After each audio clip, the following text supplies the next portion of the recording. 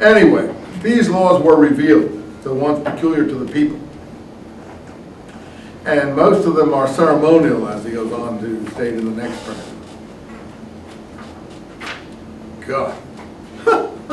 He's got me confused here. He's talking about a certain relationship that God had to the Jews that was peculiar to them, in contrast to God as a universal God. Okay, I take your word because of the priestly function. Yeah.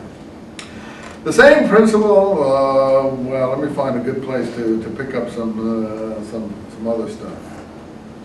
Okay, hence, further along here, it is evident that a man must be quite unfamiliar with the Mosaic laws and the constitution of Judaism if he believes that they bestow rights and power upon the church, or authorize temporal punishment for unbelief, back to his unbelief or heterodoxy, back to his fear of excommunication or other temporal punishments even worse than that.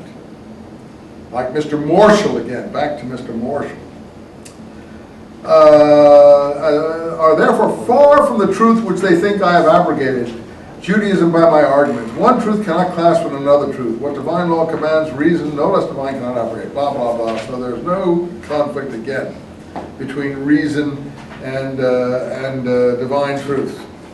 Further along, this constitution existed only once. It's a Mosaic constitution relative to us as a people alone. It doesn't have to do with anybody else. Let's see, I've said the Mosaic Constitution did not persist long in its original purity. And then he's going on about the nation. So here, there's nothing new here that I can find. So finally, he gets to a point, again, that he wants to relate it to the present time. And even today, no better advice than this can be given: render unto Caesar to Caesar, what is to God's, what is God's, I guess.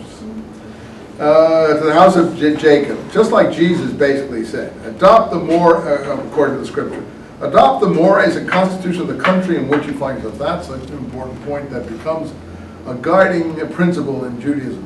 And it's one of the reasons I say you see the American flag in all synagogues. Adopt the mores and constitution of the country in which you find yourself. This is the leitmotif of the Enlightenment Jew coming out of the ghettos. But be steadfast in upholding the religion of your fathers. Bear both burdens as well as you can. That's his advice to the Jewish people. Adopt the constitution of the people around you, but be as steadfast as you can in following your fathers. It's probably a difficult thing to follow. Let's go here along further. Next paragraph or two. How about ancient Palestine? Okay, there were certain things in ancient Palestine, land ownership, civil institutions, that are in the law. Outside of Judea, without temple priesthood, there can be neither sacrifices nor laws of purification nor Levites to support the priests or any of all these dependent on possession of that land. But personal commandments, duties imposed on every son of Israel, which are unrelated to the temple service and land ownership in Palestine, must, as far as I can see, be strictly observed. So, once again, he's hitting without realizing on a key issue that becomes important for the next 2 or 3 centuries. That is, whether the Jews are to be a landed people, or if you like, a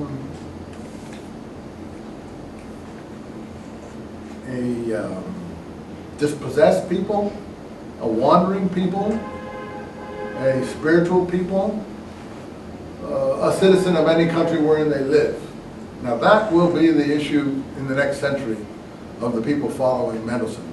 It will be the issue between Reform Judaism and Orthodox Judaism. It will be the issue between Reform and Conservative Judaism that we'll study in the next few sessions. That Rudowski summarizes quite well in his book. Now, look, something I'm going to tell you even before we get to it, which is crucial. When the Reformed Jews break away from the Orthodox Jews in Germany, in the next generation, in the early 1800s, and we have the quotes we'll get from this modern Jewish history book.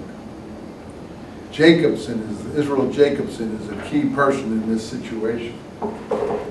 he starts a new synagogue in a place called Sissons, and he institutes a new prayer book. The main thing that he wants to get rid of is any particularism that relate to Jews as Jews only. And so he deletes the prayer for the return to Zion from the prayer book. That is, Jews always sort of have this prayer, almost every prayer service, next year in Jerusalem, or something to that effect in their prayer service. He says that's incompatible with our desire to be good German citizens. And when Napoleon starts to ask the Jews of France, are you Frenchmen or are you Jews? We will read that next time. The Jews say we're Frenchmen of the Mosaic persuasion. Well, the point is he's inadvertently hitting on the whole issue. And what happens when Theodor Herzl comes at the end of the 19th century, he says he is a Reformed Jew of the extreme kind. He is totally assimilated. But he says, just basically, he doesn't say it in so many words, what the Reformed Jews threw out, we have to reinstitute. Because we can never become Frenchmen, Germans, or any of these other things. They will not have us.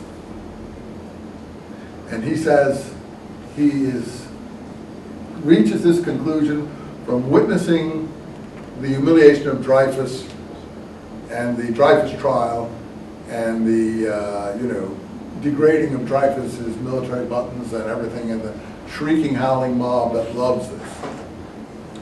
And then he says he goes home with grip with a new idea, that the Jews cannot stay in Europe.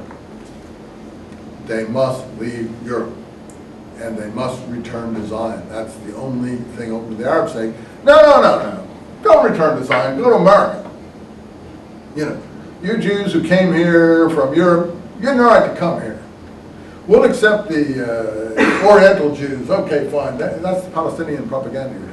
We'll accept the Oriental Jews, but we're not going to accept any of you Jews from Europe. You don't belong in the Middle East. You're going to all have to go. We don't care where you go. Go back to where you came from, or go to America.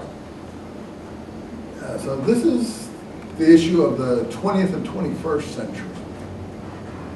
Zionism. Just the thing that they throw out of the prayer book, the Zionists say, that's the salvation of the Jewish people. The salvation of the Jewish people is territoriality. Is, how